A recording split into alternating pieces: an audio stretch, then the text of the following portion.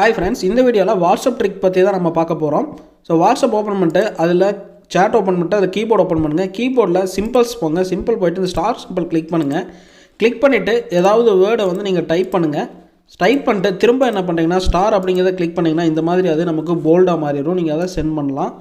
So அதே மாதிரி திரும்ப வந்து நீங்கள் அந்த சிம்பிள் போய்ட்டு இந்த அண்டர்ஸ்கோர் கிளிக் பண்ணுங்கள். கிளிக் பண்ணிட்டு திரும்ப வந்து ஏதாவது ஒரு வேர்டை நீங்கள் டைப் பண்ணுங்கள்.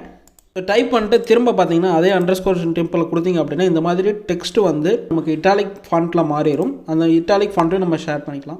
ஸோ அடுத்த பார்த்தீங்கன்னா கீபோர்டில் திரும்ப சிம்பிள் கிளிக் பண்ணுங்கள். கிளிக் பண்ணிவிட்டு இந்த வேவ் மாதிரி ஒரு சிம்பிள் இருக்கும், அந்த சிம்பிள் கிளிக் பண்ணுங்கள். கிளிக் பண்ணிட்டு இந்த இடத்துல திரும்ப வந்து நீங்கள் ஏதாவது ஒரு வேர்டை டைப் பண்ணுங்கள். டைப் பண்ணிட்டு திரும்ப சிம்பிள் போயிட்டு அந்த வேவ் சிம்பிளை மறுபடியும் கிளிக் பண்ணிங்கன்னா இந்த மாதிரி ஸ்ட்ரைக் அவுட் மாதிரி வந்துடும் டெக்ஸ்ட்டு.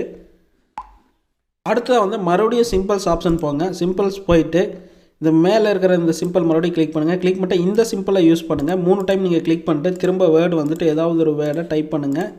திரும்ப நீங்கள் சிம்பிள் போய்ட்டு அதே சிம்பிளை யூஸ் பண்ணி திரும்ப 3 டைம் போட்டு க்ளோஸ் பண்ணுங்கள். க்ளோஸ் பண்ணிங்கன்னா இந்த மாதிரி வந்து மோனோலிட்டிக் ஃபாண்ட்டில் டெக்ஸ்ட் வந்து மாறிடும்.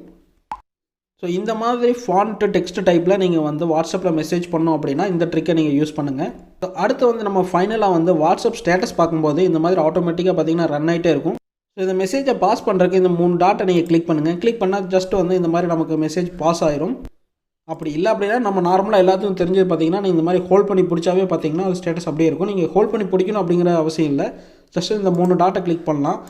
இந்த 5 வாட்ஸ்அப் ட்ரிக்கு உங்களுக்கு பயனுள்ளதாக இருக்கும்னு நினைக்கிறேன். ஸோ இந்த ட்ரிக்கை நீங்களும் ட்ரை பண்ணி பாருங்கள்.